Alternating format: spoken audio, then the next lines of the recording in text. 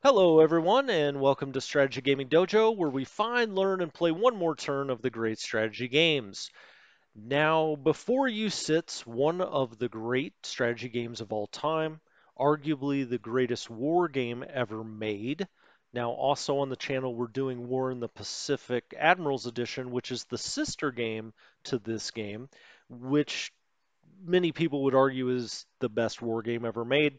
Luckily, we can play both if we want to. Now, I was initially resistant to start a War in the East tutorial or Let's Play because we are doing War in the Pacific also on the channel, and I don't want this to just turn into a specific Gary Grigsby channel or something. There are a lot of great strategy games out there, but if I'm being honest, these are two of the greatest games ever made, not just strategy games, but greatest games ever made. And so I was resistant to it, but by popular opinion, I guess, I will be starting a War in the East tutorial Let's Play. And I do love this game. It is an amazing, fantastic, well put together game. They've boiled down the computer war game to its essence, and you can play this incredibly complex, strategic, tactical, operational war, and it's not that hard. Now, I know that many of you have probably said, well, wait a minute, I've heard this is the most complicated game ever. It's very hard to get into, there's a high learning curve. I don't really think so. And you may find that surprising, or you may say, oh, well, of course you say that because you're going to do a tutorial on it.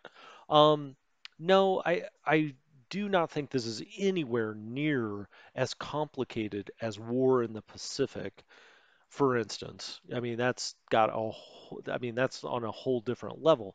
This game is actually, I think, designed so well that they've made it simple to learn the basic systems and allow you to think more about your strategy and what you're trying to do, and hitting certain benchmarks. We've got to get to Minsk by this time, we've got to get to Kiev by that time, becomes far more important than how do I load troops on a transport. You know what I mean?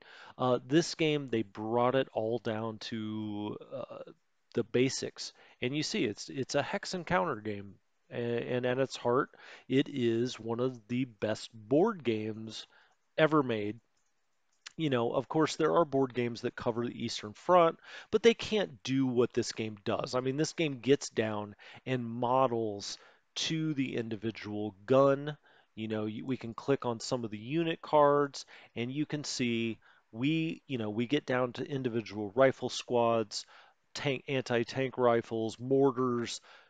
We're getting down to the base, down to individual things on the Eastern Front, which of course was the largest largest, battles in history, by far. I mean, not even close. If you start looking at some of the battles around Kharkov and Kursk, there have never been more men, equipment, and, elements of war put against enemies than were put together there on the Eastern Front. It's almost humbling when you watch the amount of men and material that these two countries arrayed against each other and battered, you know, like two rams out there battering against each other. It's amazing. Of course, this can never give you the feeling of all of the bloodshed and death, but you will look at numbers on the screen and it will say you have captured over, 2 million Soviet soldiers. And you start to put that into context, there are very few times in history been 2 million men ever put to arms for any country.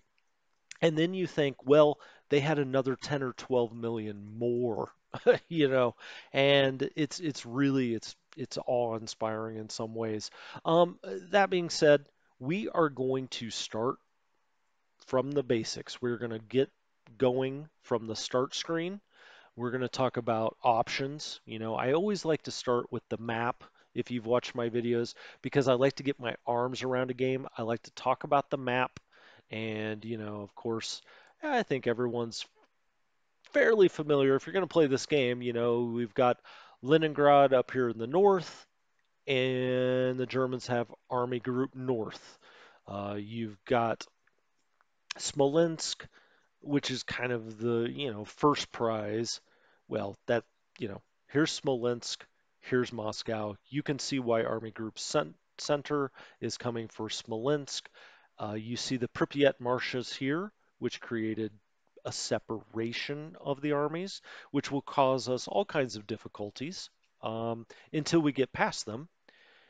Here you see, of course, Kursk and Kharkov, where the Germans actually had quite a bit of success, but it was a Pyrrhic victory in many respects because the Russians were bringing men and material unseen in history before from Asia to reinforce. But, Moscow is the big prize in the middle. As we move to the south, you will see Rostov, which in the south is all important. We can move through the Crimea. The Crimea uh, is almost a diversion in some respects. You want to get to Rostov and you want to get south. Now, this game does abstractly model, resources and whatnot. As we go through the game, we can talk about maybe what the Germans could have done historically different to get down into this region instead of wasting their time on a small town up the Volga River here that had very little strategic importance. Now, that can be argued by historians, and I understand that. If you've ever read about the Battle of Stalingrad, many times it just focuses on what a waste it was for the Germans. And the fact that this was just an ego play for Hitler because of the first part of this name. I do agree with that. I would also agree that there were maybe more benefits to taking Stalingrad than were originally or have been, taken into account. This There were lots of supplies, lots of oil that were brought up the Volga. But to be that as it may, we can get into all that as we play. I'm not looking to get into some kind of crazy, argument over uh, how exactly the Germans did it. We're going to be doing it our way, and that's the great thing about these games is you can do it better, maybe. And of course, you can probably already tell we will be playing the Axis. I always like to play the side that loses. Now, you may say, well, you're not doing that in War in the Pacific. Well, that is true. We started that as a tutorial, and the Allies are just easier to play than the Japanese. In this case, I would say the Russians are harder to play, but ultimately the Russians ended up winning this theater of the war. And so it's kind of hard to say that they're harder to play. They're much harder to play in the first year because you've just got to hold on. And if you can hold on until about turn 18, when the winter sets in, then you've got a chance and maybe even better than a chance. But we'll be playing the Germans, pushing through and trying to get to Moscow before that coldest winter of a century sets in 1941. But anyway, I am so excited to do this. As I said, I was initially resistant to getting into War in the East since we're doing War in the Pacific. That being said, it's such a great game. I've got thousands of hours into this game. It's like putting on an old glove for me. The minute I started moving things around, when I make these tutorials, you just see what I record, of course, but I have to come here because it's different than just booting up and playing the game. I have to think about what I want you guys to know or what you should know about the game. And so, I'll move the pieces around, I'll read through the rule book a little bit, and I'll be honest with you, in this one, I didn't have to do too much of that. I've played this game so many times that when I see how railroad is treated differently, based on this line here.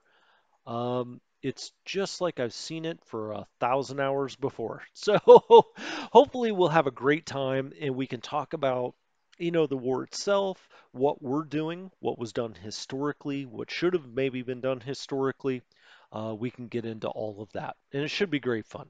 So for Strategy Gaming Dojo, I always like to introduce these, and I hope that you are looking forward to this series and will tune in.